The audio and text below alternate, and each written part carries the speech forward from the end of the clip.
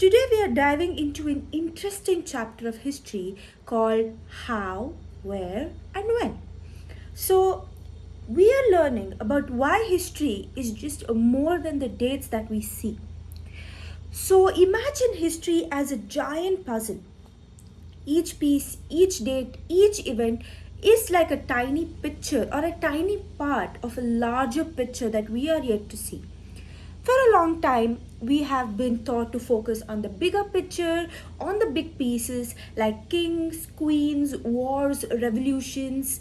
But what about the smaller pieces? But what about the everyday lives of people, their struggles, their joys, their dreams, and how they lived in a society, right?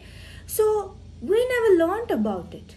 Let's talk about dates, okay? Dates are important, but they're not everything.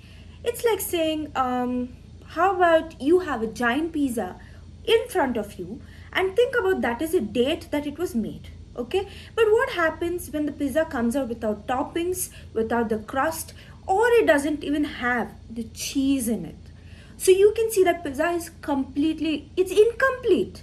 There's nothing in the pizza that you can eat. There's no crust, there's no toppings, and main importantly, there's no cheese in it, right? So that's how dates are. What we are learning, it's like just it dates just give. They are important, but they are not everything. See, that's how. So, history is not just about the past, it's about the present, it's about understanding how we got here or how we can shape where we are going. I have a good example for you. Over here, I have a history encyclopedia. So, this is the introduction page. To give history a better meaning, they have given me what has happened, like a small timeline from what has happened from 2 or 1 million years ago till 2000 BC or 180. We can see the forms of dates that is given here and what has happened in each of this timeline, right? But it's just what they have perceived or just what they have looked. So this is what the prehistorians lived like. So that's what they have mentioned over here. But that's just a perspective. That's just a perspective that this is how neanderthals might have looked like. Again, that's just a perspective, right?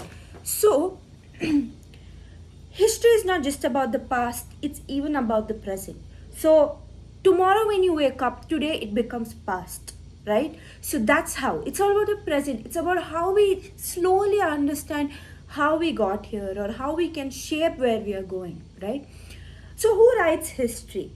That's a great question that we need to come up with. Who actually writes history? So for a long time, history was written by victors, the one who always gained victories. But now, over the years, when we are digging deeper and deeper into the matter, we are listening to the voices of marginalized, the oppressed, the everyday people who are also the part of the world and who were the reasons for shaping the world that we are in, right? So, as you know, history is just not a collection of facts, right?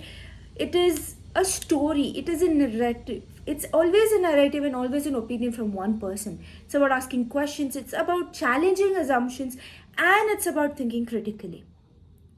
So, next time you think history is very boring, do think again. It's a thrilling adventure, it's a journey through time. It's about understanding ourselves, our society, and our planet. History is just not about the past, it's about the future. It's about learning from our mistakes, celebrating from our successes, and building a better world. So let's dive into the past, emerge with a deeper understanding of the present. Thank you.